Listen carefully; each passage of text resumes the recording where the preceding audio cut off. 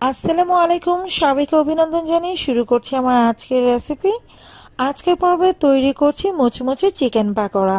প্রথমে আমি বাটিতে নিয়ে নিয়েছি 1 কাপ চিকেন কিমা। আমি মুরগির বুকের মাংসের একটা অংশ এভাবে ছোট ছোট কিমা করে নিয়েছি। আপনাদের পছন্দ মতো ছোট ছোট করে এটাকে কেটে নেবেন। দিয়ে দিচ্ছি মেজারমেন্ট কাপের 1 কাপ পরিমাণ পেঁয়াজ কুচি, আর দিয়ে দিচ্ছি 3 থেকে 4টার মতো কাঁচামরিচ কুচি। সেই সাথে আমি নিয়ে নিচ্ছি এখানে স্বাদ মতো লবণ। এবার আমি এতে দিয়ে দিচ্ছি 1 চা চামচ পরিমাণ আদা রসুন বাটা। বিরিয়ানি মশলা দিয়ে দিচ্ছি 1 চা চামচ পরিমাণ, আর এই বিরিয়ানি মশলার কারণে কিন্তু এই নাস্তাটা খেতে খুব ভালো লাগবে। দিয়ে দিচ্ছি চা চামচের 3 ভাগের 1 ভাগ হলুদ গুঁড়ি, আর দিয়ে দিচ্ছি চা চামচের 3 ভাগের 1 ভাগ মরিচ গুঁড়ি। এবার খুব ভালোভাবে মশলাগুলোকে চিকেন কিমার সাথে মিক্স করে নিতে হবে।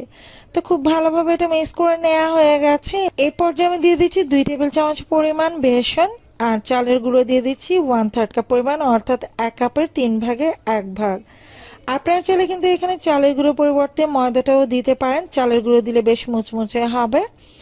এবার চালের গুঁড়ো আর বেসন দিয়ে খুব ভালোভাবে আবার একটু মেখে নিচ্ছি। আর চাইলে কিন্তু এখানে কর্নফ্লাওয়ারটা ইউজ করা যেতে পারে বেসনের পরিবর্তে। তা আমি বেসন দিয়েছি আর এখানে চালের গুঁড়ো দিয়েছি। সবকিছু খুব ভালোভাবে একটু মিক্স করে নিতে হবে, অর্থাৎ ভালোভাবে মেখে নিতে হবে। মাখানো হয়ে গেছে, এ পর্যায়ে কিন্তু এটা রেস্টে রাখার কোনো প্রয়োজন নেই, আমি সাথে সাথে ভেজে নিব। তো পরিমাণ মতো তেল দিয়ে এটাকে ভেজে নিতে হবে, ডুবো তেলেই ভেজে নিতে হবে। তেলটাও পারফেক্টলি গরম হয়ে গেছে। তা আমি আমার পরিমাপ অনুযায়ী দিয়ে দিচ্ছি। আপনারা ছোট কিংবা বড় করে চিকেন পাকোড়াটা তৈরি করে নিতে পারেন। আমি অল্প অল্প করেই নিচ্ছি, একদম ছোট সাইজের পাকোড়া তৈরি করে নিচ্ছি।